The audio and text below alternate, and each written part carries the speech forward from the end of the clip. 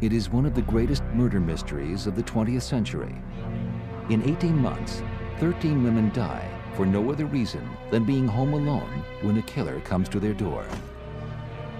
Each is strangled with a stocking or cord knotted in a bow around their neck. The signature of a killer the papers call the Boston Strangler. But who is he?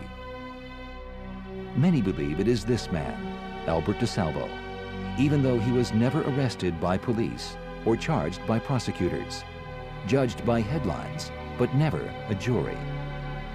Still, the reason to believe he did it, argue some, is contained in a confession that DeSalvo taped in 1965. But was DeSalvo's confession a hoax? If so, why did he want people to believe that he was the Boston Strangler? And why is the case still open?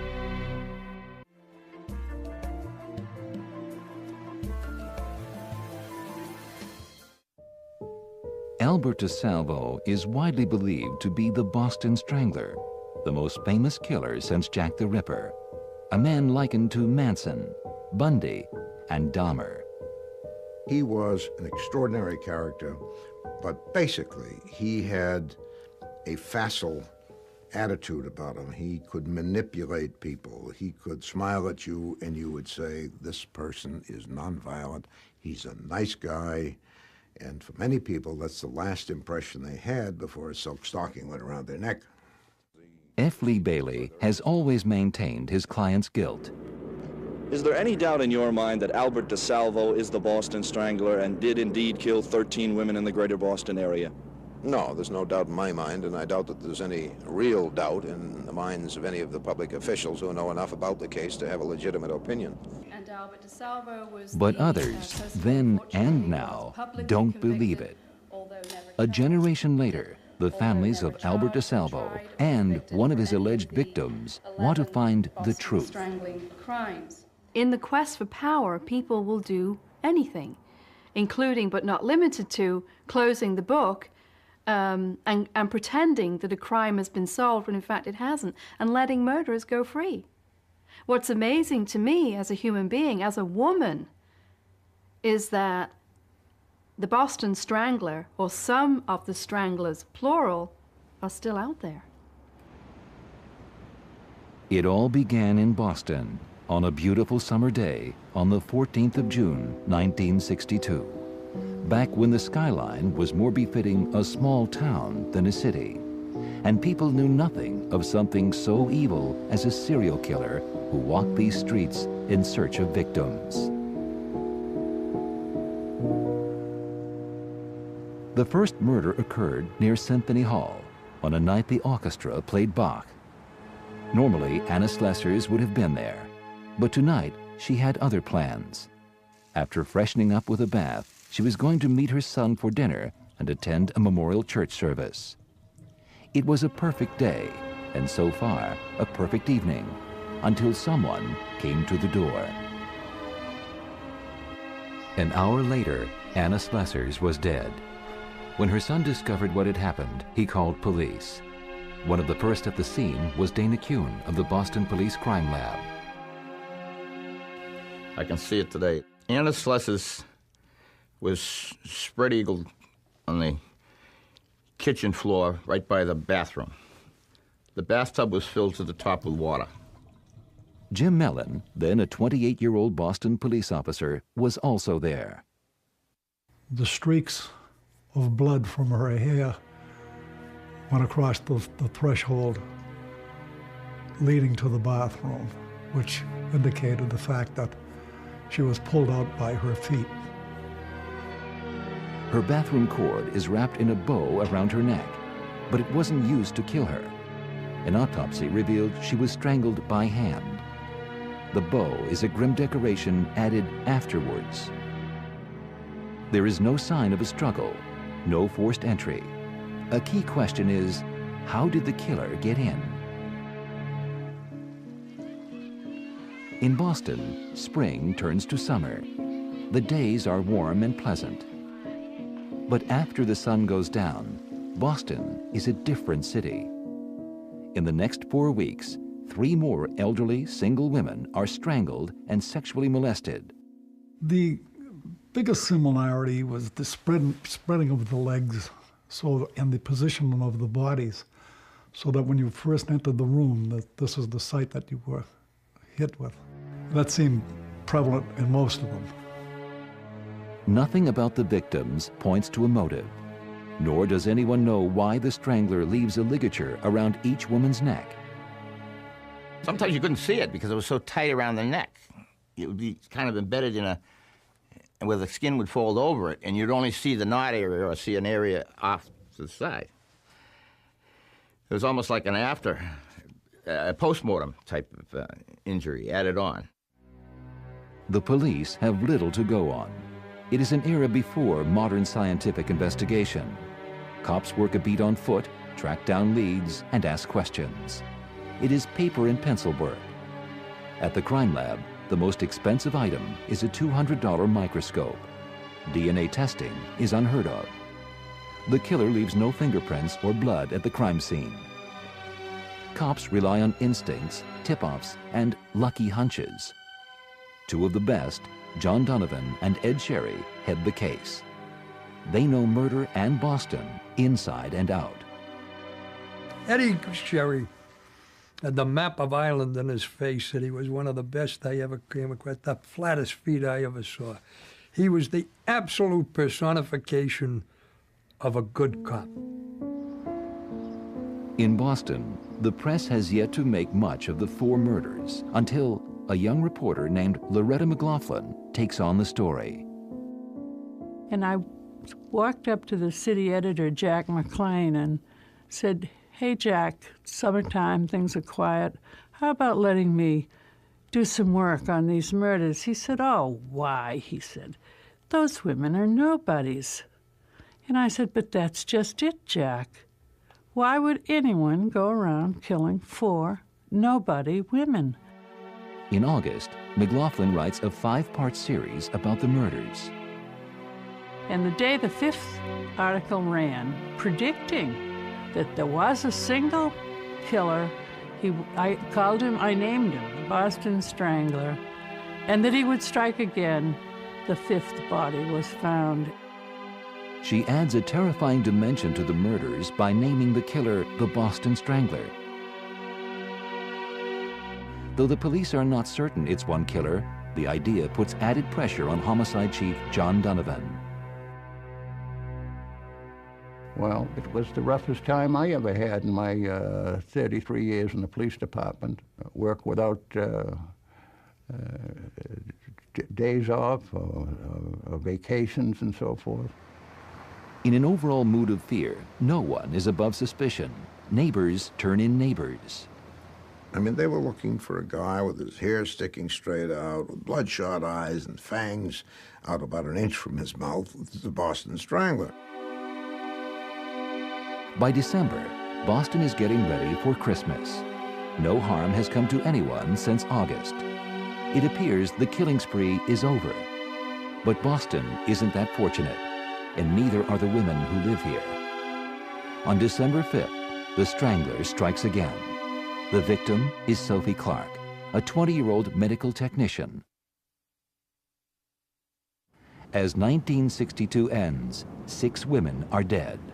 And there's little else police know except how they got that way. Basically, we figure that he would take him into the bathroom a lot most of the time, and then he'd grab him from behind with his arm around their neck, render him unconscious, not dead, and then do whatever he was going to do, perhaps sexually at that time and sometimes later, and then at the end, before he'd leave, he'd put the material around their neck and actually strangle them till they were dead. 3 weeks later, on New Year's Eve, a 7th woman is murdered, 23-year-old Patricia Bissett. Then, 4 more.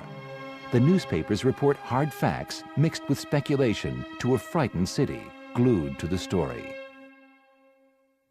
Women in the city at the time were terrified. I mean, they wouldn't let you in the door. They probably wouldn't let their husbands and family in the door unless they slipped identification cards underneath. I mean, locksmiths had did a tremendous business. There was a sense of fear throughout the town. They happened with sufficient regularity that women were constantly reminded. By late November, it happens again. There is no grace, no break from the murders. Even on a day of national mourning, there is another strangling in Boston. After 18 months, there are 12 unsolved murders.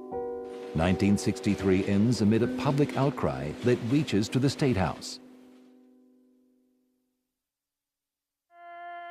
Boston begins 1964 in grief. The death of President Kennedy is a painful memory. Lost is so much promise. But the world goes on. For 19-year-old Mary Sullivan, there is much to look forward to. After sharing Christmas with her family, she's going to move to her own apartment in Boston. She came to spend Christmas with us, and we were all home at the time, and we just had so much fun. And she said she had to get back. She had to get back because she had to move. And I kept trying. There were like 3 times, come on, Mary, come on and stay. We're having so much fun. Please, come on and stay. No, I have to get back. I have to pack. And I said it again, maybe 4 hours later, and I said it one more time, and I thought, the heck with you. If you want to go, go ahead. And I thought, too bad I didn't try one more time. At her Boston apartment, Mary unpacks and writes a letter home. It reaches her sister Diane a few days later.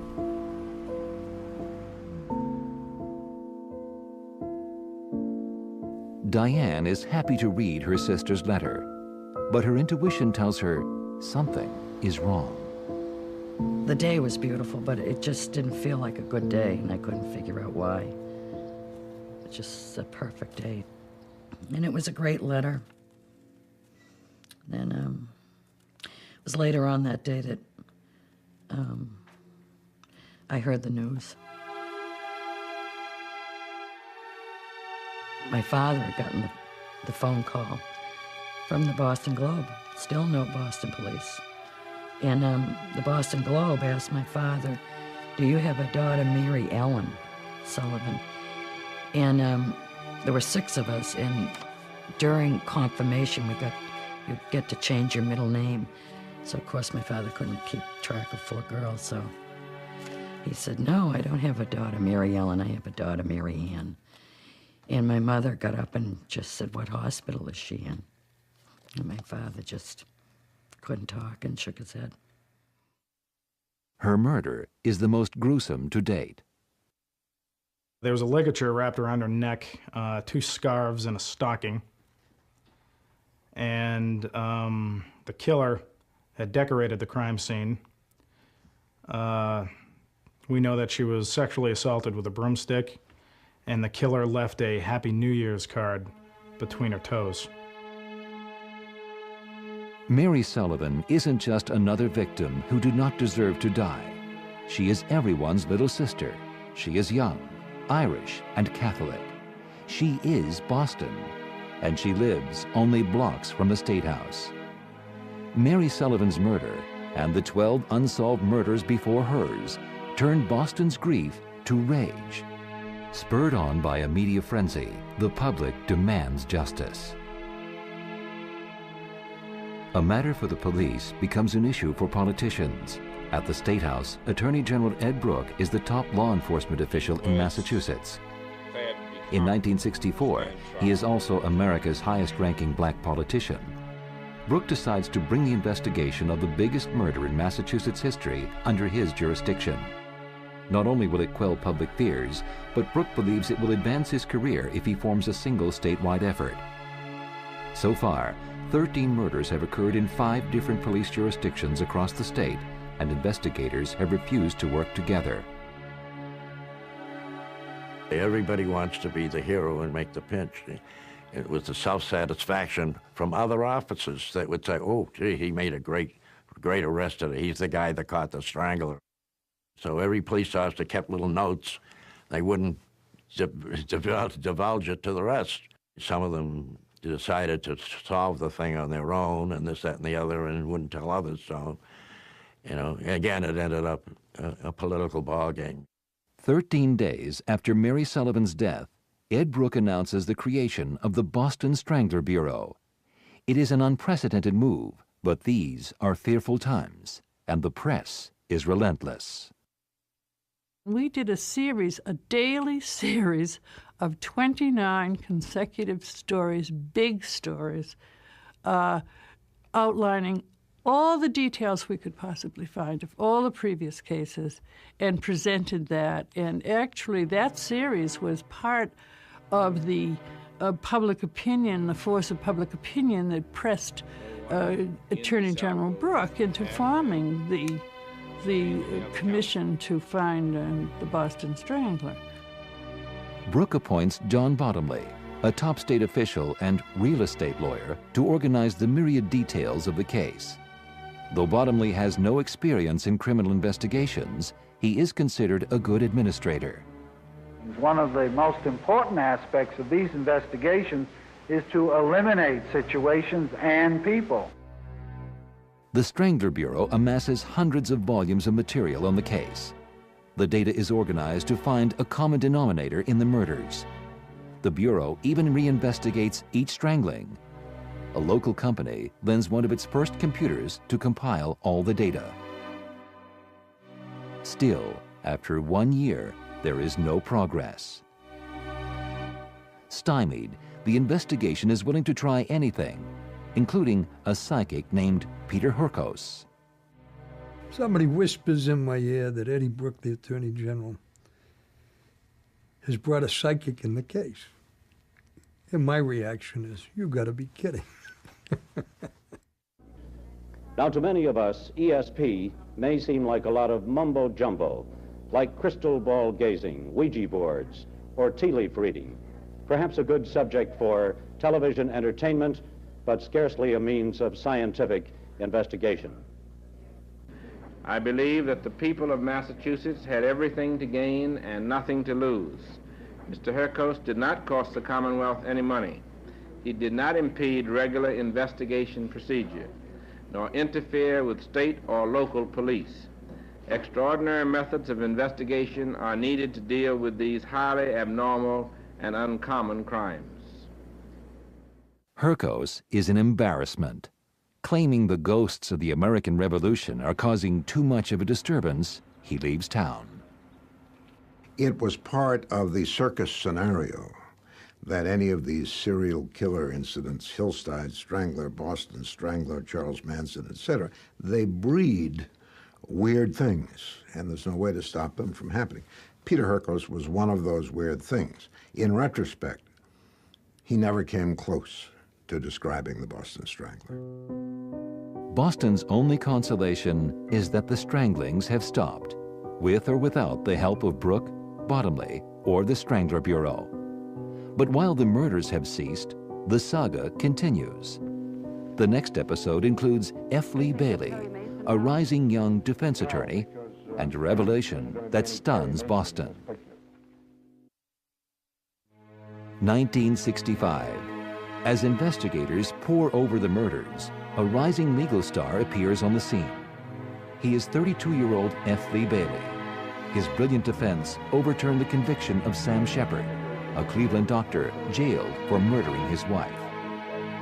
Lee Bailey was one of the best lawyers I've ever seen in terms of preparation. Some people consider him the greatest cross-examiner in legal history. Nothing was going to come up in a criminal prosecution that he wasn't prepared for. Back in Boston, he is the defense attorney for a convicted killer named George Nassar. Nassar is undergoing psychiatric evaluation at Bridgewater, the facility for the criminally insane, for another murder that could land the 25-year-old in the electric chair. My recollection is George Nassar was holding up a gas station. There's a teenage attendant. The robbery occurs. He threatens the attendant. The attendant goes to his knees, pleading not to be hurt.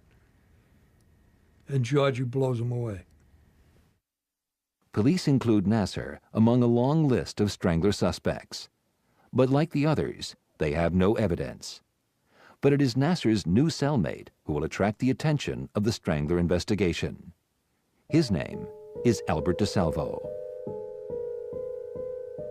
DeSalvo, a 31-year-old fix-it man, married with 2 children, is under arrest for rape in a case police refer to as the Green Man, so called because the assailant wears a green custodial jumpsuit. He came to the door and told you you were entitled to something you didn't think you were entitled to, and you couldn't wait to let him in. The landlord says, we're required to paint your apartment every 3 years, and here we are, and I have color charts here. If you'd like a different color, it'll be professionally painted. Come right in. DeSalvo is supposed to be in jail, but he's conned his way into Bridgewater after claiming to hear voices and see visions. The accommodations are better, but the charges are no less serious. If convicted, he faces 27 years. This is DeSalvo's second arrest. In 1961, he was convicted of sexual harassment as the measuring man. He went around, he knocked on doors, he told ladies that he had seen them. He thought they could be models. Would they let him measure them? And they did. $40 an hour, he told them, at a time when most people weren't making $4 an hour. At Bridgewater, Nasser introduces Bailey to DeSalvo, but not to defend him. There's another reason more incredible than anyone could imagine. According to court records, DeSalvo wants to write a book that says he is the Boston Strangler, and he wants Bailey to help him sell it. And I said, you could certainly do that, and somebody might print it. I said, the problem is the book will put you in the electric chair, so you have to make a choice. If you want to fry badly enough, you can write a book. The long and the short of it was, we found a way around that. No killer has ever written a book before about a murder they've committed. What was DeSalvo up to? Officer Jim Mellon recalls the reaction of DeSalvo's wife to her estranged husband's plan. She got on the phone and she said to him, Albert, you've always said there was a gimmick. He was always going to come up with a gimmick and make $1 million and never have to worry again as long as he lived. Is DeSalvo's claim a hoax? And if so, is it all his idea, or does he have help? Bailey explained to him, and he used the word Bailey, explained to him that he'd be able to have enough money he'd be able to own a hospital where, like Bridgewater, something like that, and that he'd have enough money to take care of his family, and there'd be money there that he'd be taking care of us, and one day he could be out on the street again. If money is one reason DeSalvo says he is the Strangler, another is his personal safety. DeSalvo seems to believe his claim will earn him a bunk in a mental hospital, not a prison cell. He was terrified of prison.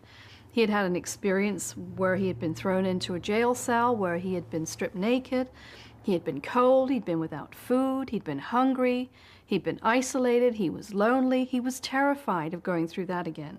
He wanted to be in a mental institution, and he was led to believe by F. Lee Bailey that he would go to Johns Hopkins University to be studied for the criminal mind.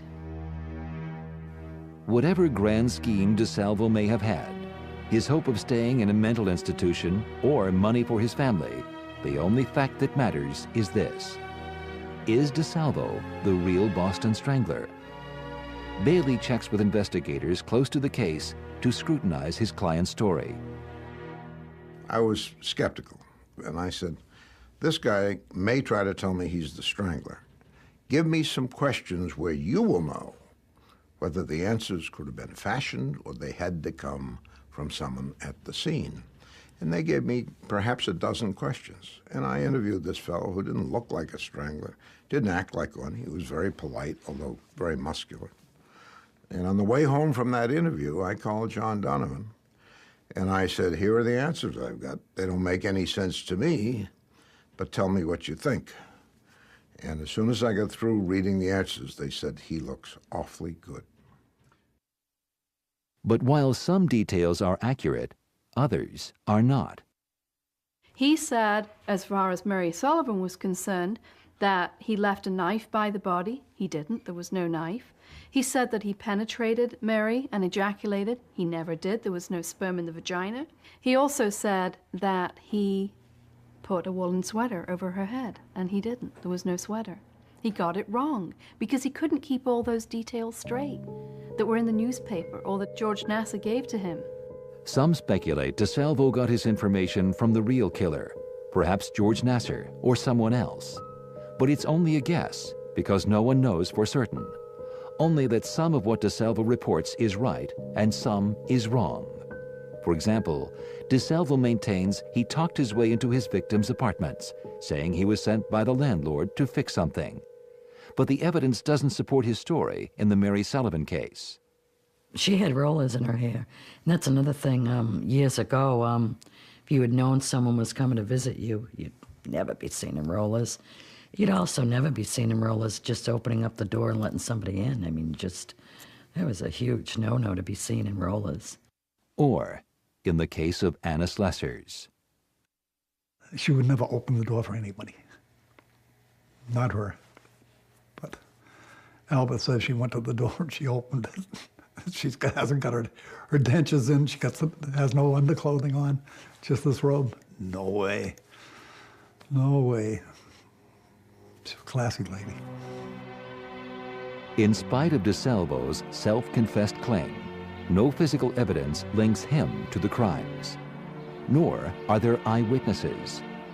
But given DeSalvo's recall of the crimes, Bailey is certain his client is guilty and convinces investigators to question him to see what they think. With nothing to lose and everything to gain, investigators agree to do so. In March 1965, Bailey informs the media that he is representing a man claiming to be the Boston Strangler and that he is in custody at the Bridgewater House of Correction for the Criminally Insane. It hit the city like a thunderbolt. It hit the newsrooms like a thunderbolt. Everyone was racing pell-mell to find out everything they could possibly find out. It was just a startling development that the Boston Strangler, who hadn't strangled anyone by this time for more of a year or 2 years, was suddenly appearing alive and in custody. The state had him the whole time. Soon after, DeSalvo is slated to meet the Boston Strangler Bureau. It has taken F. Lee Bailey months to convince them that he has caught the Strangler. Albert DeSalvo looked like the guy that just fixed your toilet. And it was that innocuous appearance together with his easy smile that caused many to say, well, this guy couldn't be the Strangler. Indeed, law enforcement got into fistfights over it. Later on in the case, so disappointed were they that they didn't catch Albert DeSalvo. I had to turn him in under conditions where they could never prosecute him for murder. So in some ways, this was an embarrassment to law enforcement. Bailey's intention of turning DeSalvo into an object of criminal study begins in August 1965. As a heat wave grips the city, the 3 investigators from the Strangler Bureau arrive to question DeSalvo. The interview could have ended months of speculation over the truth of DeSalvo's story, but it does not. It only adds to the controversy when John Bottomley, the head of the Bureau and a real estate lawyer by training, bumps Boston police from the questioning. And I was ready, and all of a sudden John Bottomley said, before you go in, I want 2 minutes in there with him. And so we couldn't overrule him, so he went in for 2 minutes, and it was at least 2 hours when he came out again. Bottomley handles the entire interrogation alone for purely political reasons. He knew that Brooke was going to go for the United States Senate, and he was going to run for Attorney General. And he figured that if he was the only one that had the story, he'd be the one to get on the witness stand. And the publicity and everything would push him into the Attorney General's job. Bottomley questions DeSalvo over several weeks for 52 hours. Afterwards, Bottomley becomes the leading advocate of DeSalvo's guilt. But no one else ever questions him, and Bottomley keeps the audio tapes from the media and the public, a decision he staunchly defends. Only transcripts are released. Well, definitely not. They were not made available to any person. I must say, though, that the district attorneys of the counties in which these murders occurred were given copies of the transcript of related crimes. And also, it should be remembered that counsel for Mr. DeSalvo was given a copy of the transcript, because just as much as it's the property of the Commonwealth, it's the property of Mr. DeSalvo. The tapes have long since disappeared, but some familiar with the investigation say the reason why they were never made public is because they reveal Bottomley botching the questioning, going so far as to help DeSalvo answer questions that tie him to the crimes. It was like a softball pitcher. Bottomley would throw the ball up, and if Albert didn't get it one way, he'd throw the ball up again, and it'd come back the third time, say, wasn't that the way you mean it? He'd say, sure, that's what I meant.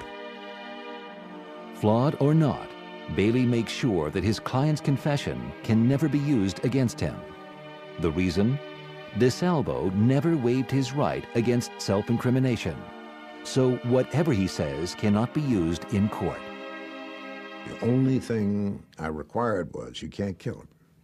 You can study him, you can confine him, you should confine him. I recommended he be sentenced to life imprisonment, but you can't kill him.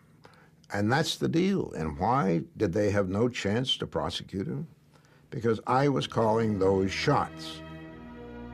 There is still no evidence to tie DeSalvo to the crimes. His confession is flawed and his motives suspect. But what really cements DeSalvo's claim to 13 murders is a book. Gerald Frank was just about to publish a book called The Boston Strangler, which became a bestseller. And he came to me and he said, "Don't tell me they've got the guy, you're ruining my book." I said, "You might want to wait a month or so." And we made a deal that Albert's family, not Albert, and his lawyer to a degree, would get 15% of the royalties that were paid to Gerald Frank. On June 17, 1966, DeSalvo sells the rights to his life story. As the contract states, quote, "For violations I may have committed," end quote. The price? $15,000 and royalties. Ironically, once the contract is signed, Frank never interviews DeSalvo for his book. Instead, he derives his information from Bailey, Bottomley, Brooke, and others in the Strangler Bureau, not the self-confessed killer. I believe that F. Lee Bailey organized the book. He was the one who was going into the prison, and according to DeSalvo, whether this is true or false, I don't know, but according to DeSalvo, F. Lee Bailey would come in on a daily basis with a tape recorder. In November 1966, The Boston Strangler becomes a bestseller. Even though DeSalvo has never been charged with the murders, the book categorically speaks of him as the man who murdered 13 women. But some call the book a work of fiction, not fact. He called me and he said, "Did you get my book?" And I said, "Yes, thank you." He said, "Did you read it?" I said, "Well, I'll be honest with you, Gerald. I just read Sless's, his description of what happened at Sless's." I said, "And it didn't happen that way." So I closed the book. He said, "So you don't believe it?" I said, "I never did believe him." He said, "Well, Jim, for what it's worth, you're not alone." He said, "But I want you to remember, I had a deadline to keep." 4 months after the book hits the stands, DeSalvo is tried, but not as the strangler, as the rapist of 29 women. Bailey argues the insanity defense on DeSalvo's behalf, but loses. Are you disappointed in this The court decision, yes. Why?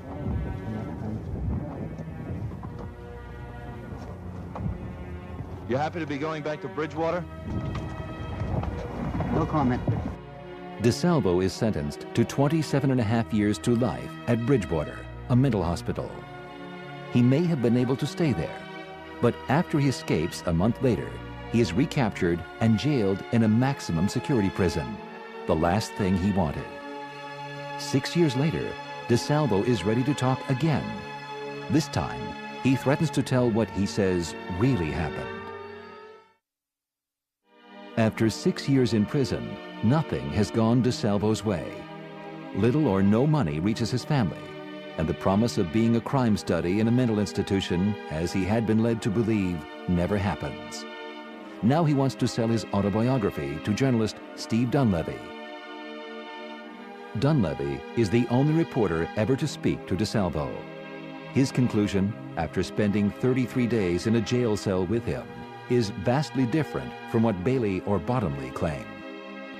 In actual fact, after meeting up with DeSalvo and studying him quite a bit, I was convinced that he was not the Boston Strangler. He was what he boasted to be, a cowardly, big-mouth rapist. Over the course of Dunleavy's visit, DeSalvo and his longtime friend George Nasser have a falling out. By the time Dunleavy leaves, DeSalvo wants to change his story, but it is too late. The last visit was when we visited Albert, and he gave me, during the, when we were ready to leave, he grabbed me and gave me a bear hug and everything. That was the only time he ever actually hugged me or anything. And told us things are hot, and he would like us not to visit him until he further let us know, give us notice that he was in fear of something happening. And he was getting ready to go to court, hoping to be able to go to court and speak out about how this all came about and how it started and who was involved in the whole thing. He said it's going to be big. DeSalvo phones Dr. Ames Roby, the former chief of psychiatry at Bridgewater, and asks to meet with him. Well, he was going to tell me the real story of the Boston Strangler. Whether this was leaked somehow or what, I don't know. But when I woke up that Monday morning to get dressed and shaved and go on down, I had the news on.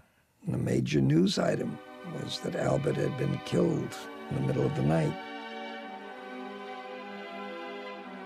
DeSalvo is murdered in his cell. No small feat in a maximum security prison. The killer or killers had to walk through 6 doors, past guards and other inmates. Yet there are no witnesses. DeSalvo is stabbed 15 times and left to bleed to death. Guards find him the next morning. When I found that the doors were left open up in the infirmary, no guards are there. They get into his room, and they do this to him, and he had to be there for hours bleeding to death, and nobody's there. And there's other inmates in there, and nobody knows nothing. So that, over the years, that's why I'm almost shaking now, because it's just talking about it still bothers me to this day. No one is ever convicted in DeSalvo's murder. The family requests an autopsy report, but can't get one until Nasser steps in. I told Nasser, I said, I have no luck with different lawyers. They keep giving me the runaround. So Nasser turned around and he says, oh, gee, that'd be no problem. He says, wait here for a few minutes, I'll be right back. So if I believe we were outside the prison itself, we were in the yard. And he got up, went into the prison. He was out in 5 minutes, and he gave us an autopsy report. And I was devastated when I got that from him. Now dead, DeSalvo can never be tried as the Boston Strangler. But why wasn't he ever tried at all?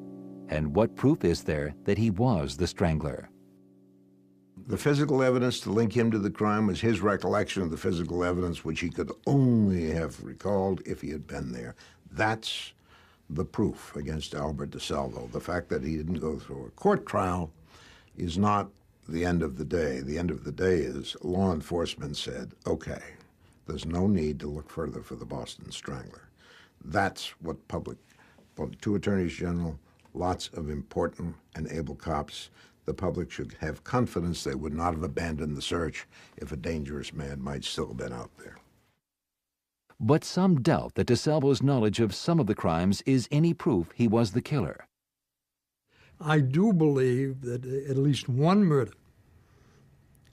and I'd be willing to bet a week's pay at it, was committed by another individual whom Albert met in prison. And I think that individual gave details to Albert in which would provide a foundation for Albert laying claim to the murder. The attorney for the DeSalvo and Sullivan families are certain Albert DeSalvo is not the real strangler. The proof, they allege, is that prosecutors never brought him to trial. How can a man who has confessed to 13 brutal murders involving sexual violation of women never be charged? Ever. And all they needed was probable cause, which is a very, very low standard. Was a crime committed, and did this person that we're about to indict commit the crime? Do we think maybe they did it? That's all probable cause is. It's the lowest standard of proof in the judicial system. Instead of a court of law, the truth is left to the strangler industry. A year after the best-selling book, Hollywood turned out a movie about it. The Boston Strangler, very much like Son of Sam, became an industry in Boston. As the industry flourished, you had politicians stepping up to the plate, you had cops being promoted, you had F. Lee Bailey, best ask him, but I think that would have been his first fortune that he made. Obviously, Hollywood had a bonanza. I thought it was a very, very weak movie. DeSalvo sues the film company, claiming he was not portrayed accurately and that he has received no money for it. They argue in turn that they purchased DeSalvo's rights from Gerald Frank. A judge agrees, and DeSalvo gets nothing. Albert H. DeSalvo was eager to tell the world that he was the Boston Strangler, motivated more by personal gain than conscience. In the end, he gained nothing and lost everything.